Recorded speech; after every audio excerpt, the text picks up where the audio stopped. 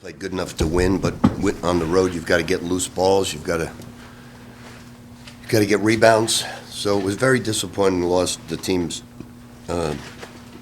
very down about it. We had a chance to win it. I told my guys not to take floaters in the lane, take 2-point shots. I thought our bench gave us a big lift tonight, got us the lead, gave us a big lift. It was a good ball game. The fans, I thought, were great to come out in minus 21 degree weather and to almost pack that place. It's an amazing crowd to fight those elements and come out. So we're disappointed, but in this league you can't get too low because you got Seton Hall next, who just beat Butler on the road. So we're down about it, but we'll take a long trip home and get ready for Seton Hall. Rick, have you seen replays of the last two possessions? I did. What did you think about the no call with Kalkbrenner diving on Jenkins and then Look, I've had referees have to do their job. They got to call it as they see it. We haven't had the best whistle this year, but sometimes when you're building and you don't have a rep, I think those three officials are very good. But, someone who refereed basketball camps all my life, it's not the easiest job in the world. But I'm not going to blame it on them. We got to be tough enough to come down with it, and we got to be tough enough to make a mid-range jumper in the lane. Those in-between shots, Creighton obviously forces teams to take those. What did you... We're great at that. Yeah. Great at that. The problem, I told DJ, stop shooting floaters. He's a great mid-range shooter, one of the best in the country, and he kept shooting floaters. And I said, stop doing that. Go off 2 feet. Same thing with Sim, did it with his left hand. I said, shoot jump shots. We practice that every single day. So we played good defense. We're getting better. We're going to have to fight like this every road game you play. It's just, that's what this league is all about. Coach, from your perspective, what were they able to do down the stretch, especially after the Tech and the home crowd got pretty emotional about it? I don't think they did anything really well. I thought we played good defense. It came down to the buzzer. It wasn't about I was really the play I was most disappointed in was Ledlam giving that kid a wide open shot, the best shooter in the nation, just backed up and gave him a wide open shot. That was the most disappointing. We got lucky and he missed it, and then we fouled the 3-point shooter, and we got lucky again. He missed three free throws. So it's nothing that they did that overly was impressive. Nothing that we did was overly impressive. Just two teams playing their hearts out, and they came away with the victory. Rick, early in the second half, there was like a break in play, and Soriano was sort of slow to get up, and he didn't return to the game for a little while. What happened with him on that? Nothing happened. I was very impressed with the way our bench was playing. They were playing great, getting the lead. No, they're the ones that stretch, the second unit played great. What did they do in that? That was 7 minutes where you guys just... We just played great defense. Now, Zuby was very intense inside, did a lot of great things defensively.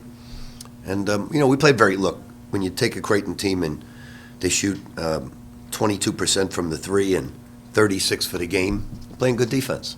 No complaints. Rick, do you think Dingle got fouled? Dingle?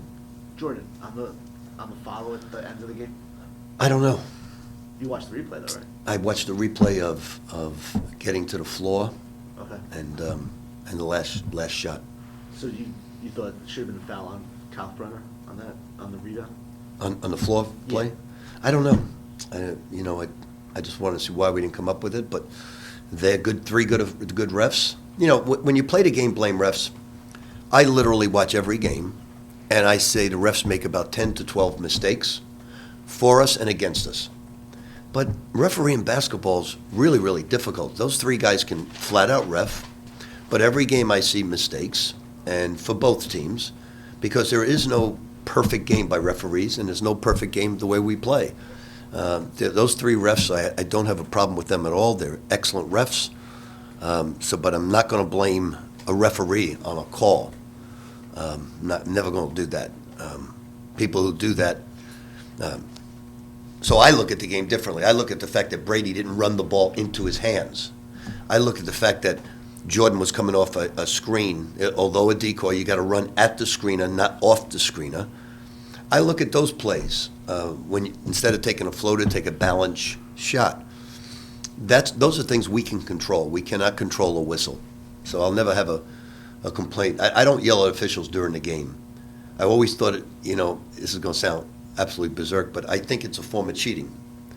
When you're trying to get calls on every play and cursing at the referees, and so you're trying and incite the crowd. You're trying to get calls, and I don't believe in that. I never believed in. I've said to referees throughout my tenure, maybe 1,000 times, stop listening to the other coach.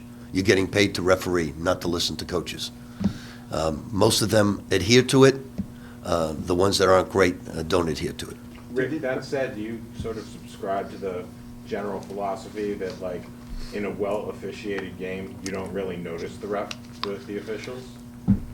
Look, I don't know why you keep talking about officials. Let's talk basketball. Are you going to rip them tomorrow, the referees? I mean, why are we talking about referees at the game?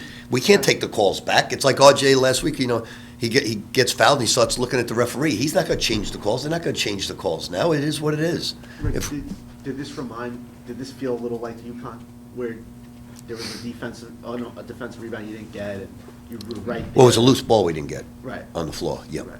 I mean, did it feel a little bit like that UConn loss? Look, we played well at UConn. We played well tonight. And we didn't come away with a victory.